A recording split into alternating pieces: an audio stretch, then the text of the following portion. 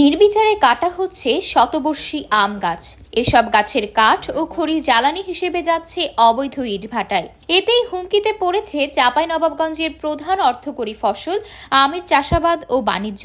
চলতি মৌসুমে জেলায় 1.5 শতাধিক অবৈধ ইটভাটায় কার্যক্রম শুরু হয়েছে, যেখানে ব্যবহার হচ্ছে কৃষি জমি, নদী তীরের মাটি ও কাঠের জ্বালানি। স্থানীয়দের দাবি, অবৈধ ইটভাটাগুলো ধীরে ধীরে ধ্বংস করছে বেঁচে থাকার পরিবেশ।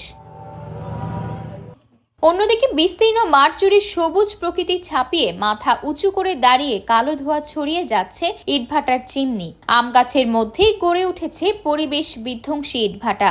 একটা ইটভাটা পেরুলেই চোখে পড়বে আরেকটি ইটভাটা।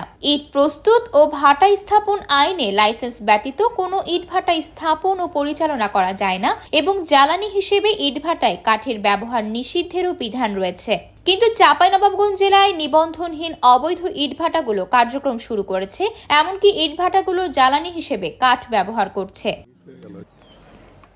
স্থানীয় বাসিন্দা ও কৃষকদের দাবি, স্থানীয় প্রশাসনকে ম্যানেজ করেই চলছে এসব অবৈধ ইটভাটা। আইন অমান্য করে ফসলি জমিতে প্রত্যেক বছর নতুন নতুন ভাটা তৈরি হচ্ছে। ইটভাটার ধোঁয়ায় সবচেয়ে বেশি ক্ষতিগ্রস্ত হচ্ছে আমের। ইটভাটার আশেপাশে থাকা আম বাগানগুলোতে পোকার আক্রমণ ও পচনে নষ্ট হচ্ছে সিংহভাগ আম। পাশাপাশি ধানে নানা রকম রোগবালাইয়ের অন্যতম কারণ ইটভাটার ধোঁয়া। এমনভাবে ইটভাটা চলতে থাকলে আম, ধান সহ বিভিন্ন ফসল ধ্বংসের মুখে পড়বে বলে আশঙ্কা কৃষকদের। ফসলের ক্ষতি, আম 1 নম্বর, 2 নম্বর ধান বা শস্যের যতগুলো ফসল আছে এর ভাটার জন্য, এবং সব কাঠ দিয়ে পুড়াইছে তো এরা। এটুকু কাজে সাধারণ মানুষ আমরা কার উপর অভিযোগ করতে পারছি না। কোনটা অভিযোগ করলে কাজ হবে এটাও তো জানছি না। আমরা এত সমস্যায় আছি, আমাদের চারিপাশে আমের গাছ।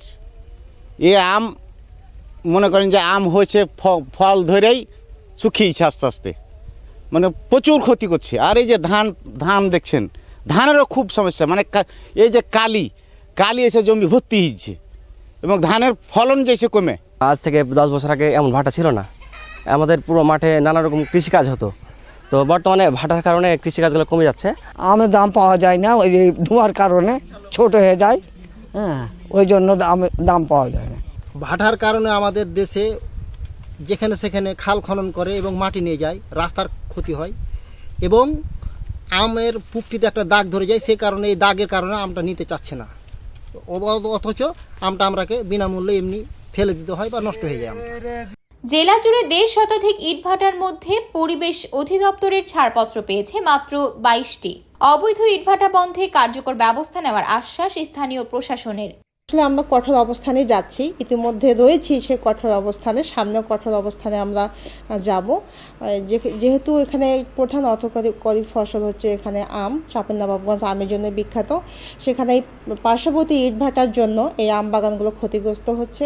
ইতিমধ্যে সেগুলো বন্ধ করার জন্য জেলা প্রশাসন থেকে উদ্যোগ নেওয়া হয়েছে এবং ডিসি স্যারের নির্দেশনায় আমরা সেগুলো বন্ধ করার জন্য আমরা রীতিমতো তাদেরকে চিঠি দিয়েছি এবং পরবর্তীতে আমরা সেগুলোকে স্থায়ীভাবে যাতে বন্ধ করা যায় আমরা সে ব্যবস্থা নিচ্ছি। তো এই অবৈধ ইটভাটাগুলো বন্ধ করার জন্য ইতিপূর্বে আমাদের পরিবেশ অধিদপ্তর চাঁপাইনবাবগঞ্জ থেকে ওনাদের চিঠি দেওয়া হয়েছে বন্ধ রাখার জন্য।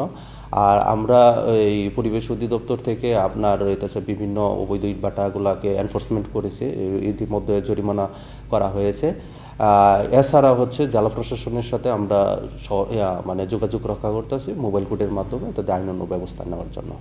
জেলা ইটভাটা মালিক সমিতির তথ্য মতে জেলায় 158টি ইটভাটায় কার্যক্রম রয়েছে। এর মধ্যে 63টি জিগজ্যাগ ও 95টি চলছে খড়ির ভাটা।